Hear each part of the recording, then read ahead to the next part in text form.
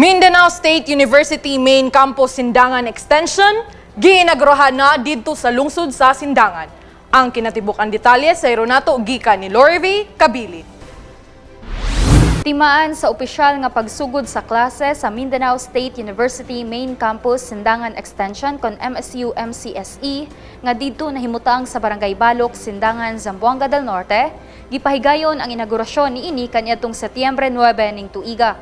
Ang maong kalihukan gipangunahan ni Mayor Rosendo Dudoy Labadlabad ug sa iyang kapikas nga si Congresswoman Glona Labadlabad, uban mismo nila MSU System President Dr. Habib Makaayong, MSU System Executive Vice President Dr. Racid Paca, ug Campus Director MSU-MCSE Dr. Florencio Recoleto Jr.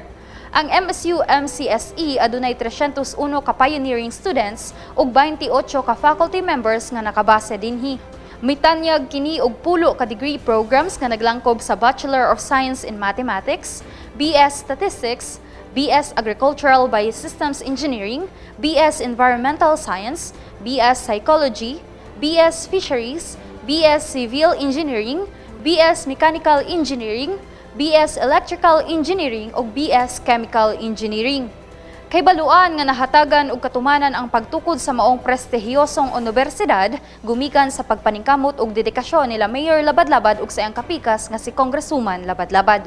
Sa mensahe ni Mayor Labadlabad siya mapasalamaton nga sa katapusan natagaan og katumanan ang dugay na nga gipangandoy nga makabenepisyo sa dekalidad nga edukasyon ang mga kabataan sa Sindangan.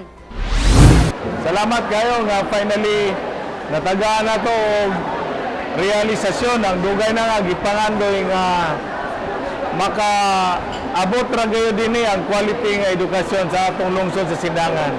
Salamat ninyo sa tanan nga mga tao nga mitabang. Salamat sa opportunity nga natagaan ko kay gayonan nga mahimong kabahin ug tipik meaning dako kayo nga kadaugan sa katawan.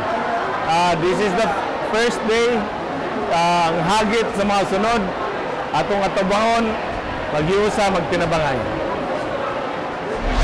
Samtang mensahe ni Congresswoman Labadlabad ngadto sa mga pioneering students sa MSU-MCSE nga magtuon gayud sa pag-eskwela. Sa aking mga minamahal na mga kabataan dito sa Segundo Distrito and to the whole Region 9, because MSU is also caters to our neighboring municipalities within the province and within the regions. To all of you, sa inyong lahat na naka-avail ng scholarship grant sa MSU, I wish you all the luck.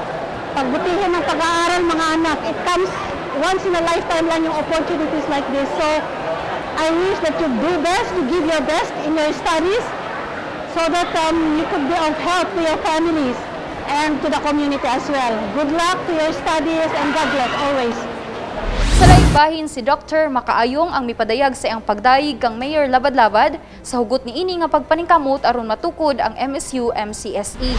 Okay, we are expressing our thanks to and appreciation to the Mayor Labadlabad with his wife for exerting efforts that the MSU branch will be established here in Sindangan, Zamboanga del Norte.